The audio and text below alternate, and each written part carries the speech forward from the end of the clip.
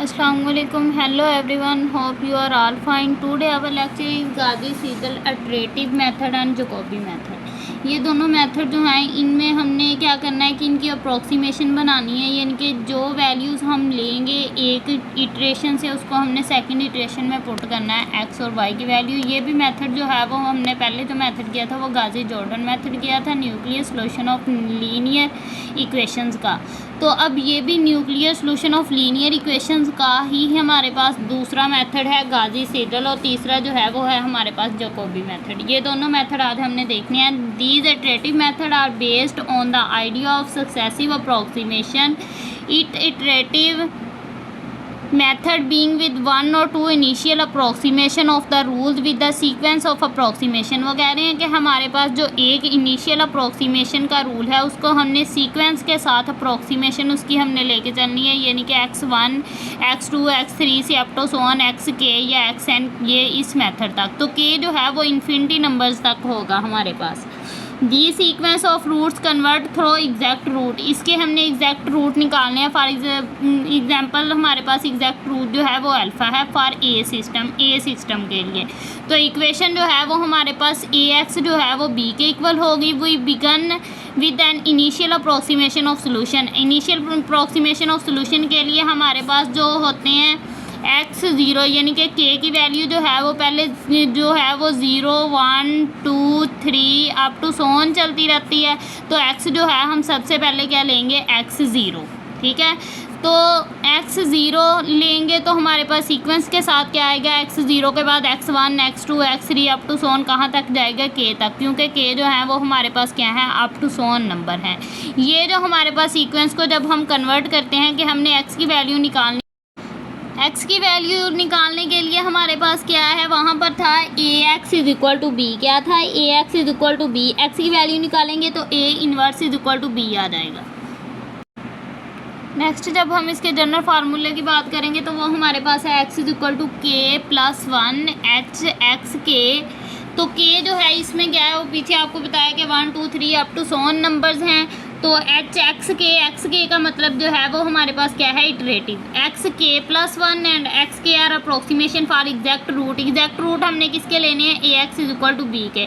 कहाँ तक, K plus 1 into K T H. H जो है वो हमारे पास क्या है, iteration matrix depends upon A and B. ये इटरेशन मैट्रिक्स जो है वो हमारे पास ए और बी पे क्या कर रहे हैं, डिपेंड कर रहे हैं। एग्जाम्पल हम देख लेते हैं पहले जैकोबी मेथड की, फिर उसके बाद हम करेंगे गाजी-सेडल मेथड की। एग्जाम्पल है हमारे पास Jacobi method 5x1 minus 2x2 plus 3x3, यानी कि x1 x2 x3 हमने इन तीनों की वैल्यूज़ निकालनी है।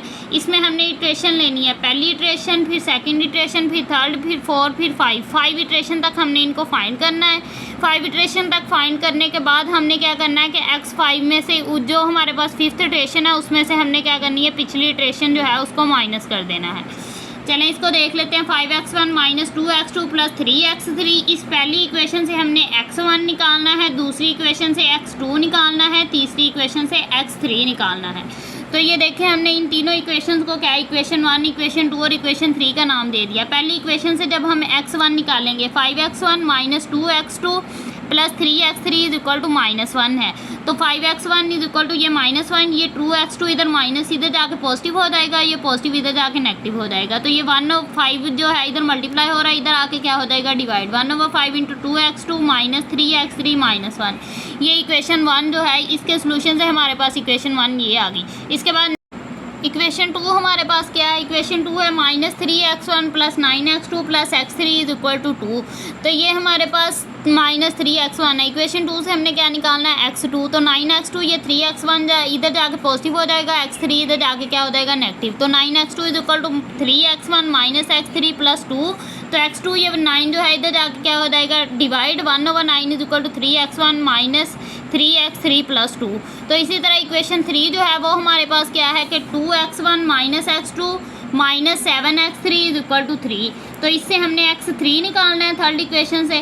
तो -7x3 इज इक्वल टू ये वाला 2x1 इधर जाके नेगेटिव हो जाएगा और -x2 इधर जाके क्या हो जाएगा, पॉजिटिव। तो x3 is equal to -1/7 -2x1 और ये x2 और ये 3। तो x3 की वैल्यू भी आ गई, x2 और x1 की वैल्यू भी आ गई। अब हमने इसकी इटरेशन फाइंड करनी है, फर्स्ट, सेकंड, थर्ड और फोर्थ और 5 इटरेशन, 5th इटरेशन तक हमने इनको फाइंड करना है। फर्स्ट इटरेशन में जैकोबी मेथड में हमने x1, x2 और x3 की वैल्यू निकालने के लिए हमने क्या करना है कि जो x1, x2 और x3 हैं इन तीनों को हमने क्या कर देना है, 0 के इक्वल पुट कर देना है। तो x1 की वैल्यू जब हम निकालेंगे तब हमारे पास x2 और x3 जो है वो 0 के इक्वल होगा। जब x2 की वैल्यू निकालेंगे तब x1 और x3 0 के इक्वल होगा। जब हम x3 की वैल्यू निकालेंगे तो x1 और x2 जो है वो 0 के इक्वल होगा। तो फर्स्ट इक्वेशन हमारे पास क्या है, x1 = 1/5 2x2 - 3x3 - 1। तो इसमें x2 और x3 की वैल्यू 0 के इक्वल पुट कर दो तो x1 की वैल्यू हमारे पास आ जाएगी। जब 0 के इक्वल पुट करेंगे तो 1/5 × -1 आ जाएगा, -1/5 जो है वो 0.2। इसको हमने 4 पॉइंट तक, पॉइंट के बाद हमने 4 पॉइंट तक लिखना होता है, 0.200 आ जाएगा। ये 1/5 पे जब हम इसको डिवाइड करेंगे 1/5। पीछे हमारे पास x1 की वैल्यू आ गई थी। नेक्स्ट हमारे पास है x2 की वैल्यू। x2 वाली इक्वेशन हमारे पास इक्वेशन 2 क्या थी, 1/9 3x1 - x3 + 2। तो इसमें हम x1 और x3 0 पुट करेंगे तो हमारे पास x2 की वैल्यू आ जाएगी। जब हमने x1 और x3 0 के इक्वल पुट किया तो 2/9, x2 जो है वो 2/9 आ गया। 2 को 9 पे डिवाइड करें तो 0.222 आ जाएगा। तो ये हमारे पास x2 की वैल्यू आ गई। नेक्स्ट हमने x3 की वैल्यू निकालनी है, x3 1/7 2x1 - x2 - 3। इसमें x1 और x2 0 के इक्वल पुट कर दें तो x1 और x2 0 के इक्वल पुट किया तो -3/7 आ गया। तो x3 की वैल्यू जब हमने इनको डिवाइड किया तो ये वाली वैल्यू -0.4286 आ गई।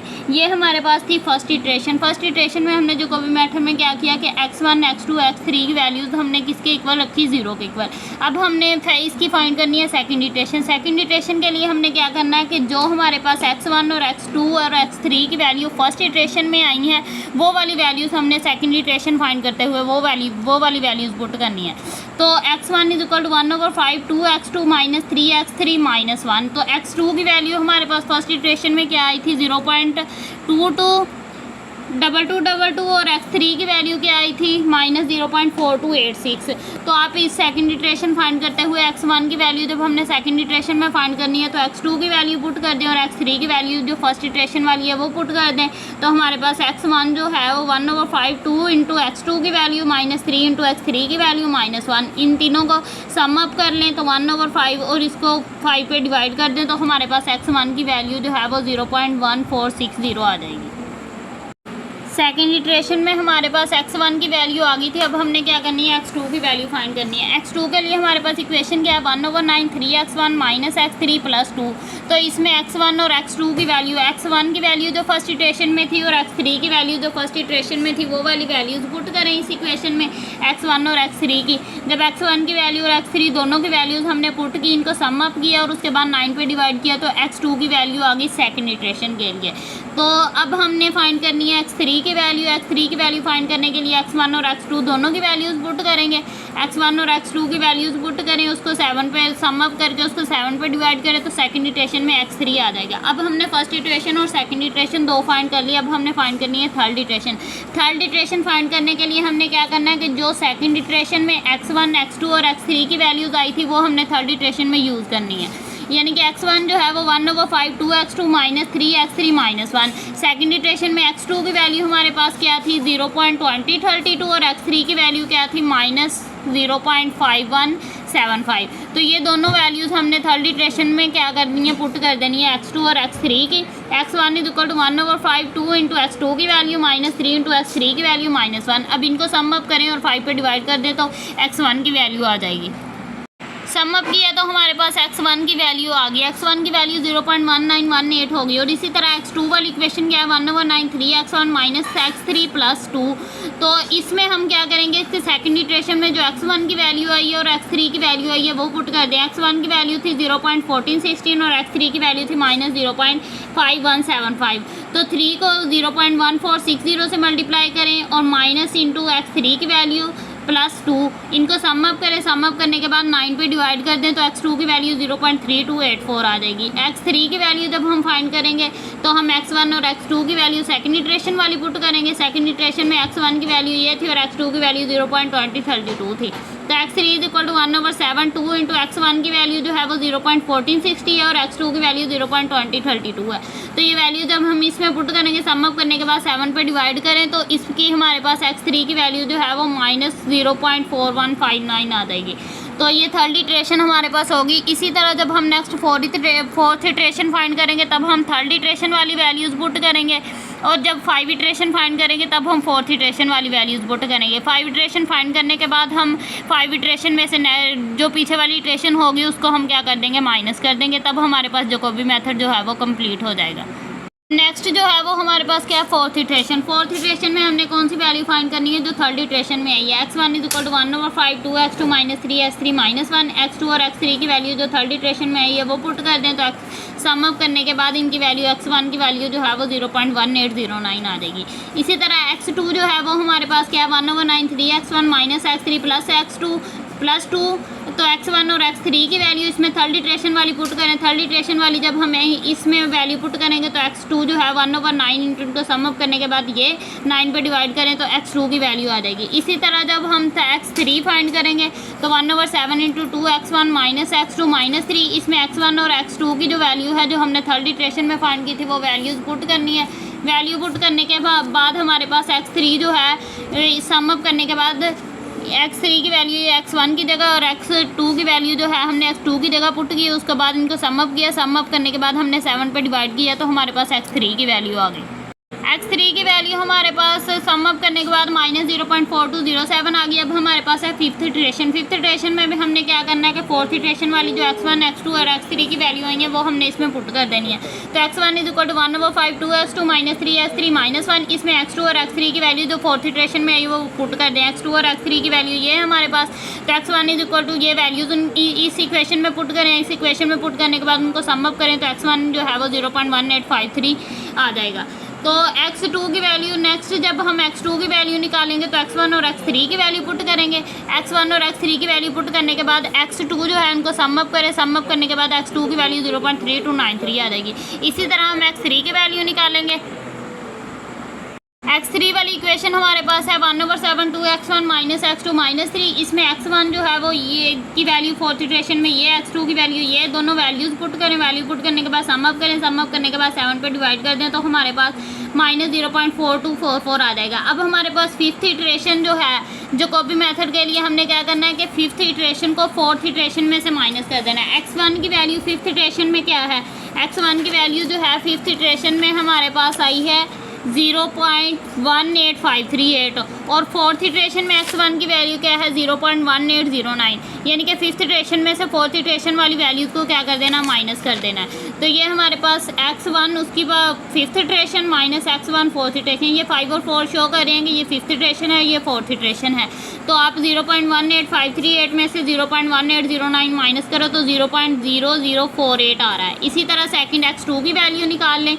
5 इटरेशन माइनस फोर्थ इटरेशन उसमें से माइनस करें तो 0.0031 आ रहा है। ये माइनस का साइन आ रहा है, माइनस का साइन को इग्नोर करना है क्योंकि माइनस का साइन जो है x1 x2 x3 की वैल्यू में जैकोबी मेथड में शो नहीं होता, तो माइनस साइन जो होता है वो पॉजिटिव में चेंज हो जाता है।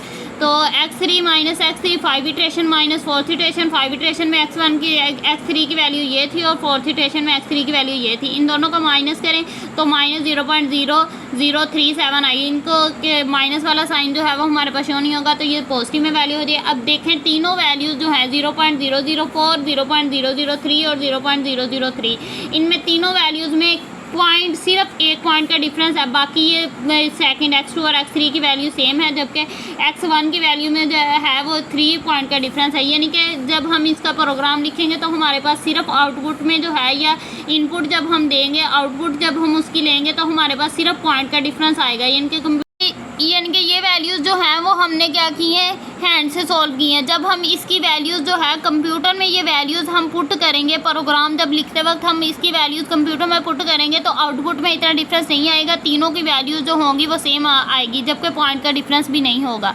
तो प्रोग्राम जब हम इसका नेक्स्ट करेंगे तब हमारे पास इसकी वैल्यूज़ जो पुट करेंगे तो हमारे पास इनकी वैल्यूज़ जो हैं, इनका प्रोग्राम जो है वो मतलब वैल्यूज़ पुट करने के बाद आउटपुट जो है प्रोग्राम में सेम आंसर देगा x1 x2 और x3 की। यानी कि इतना ज़्यादा पॉइंट का डिफरेंस है, पॉइंट का डिफरेंस जो है वो काउंट नहीं होता।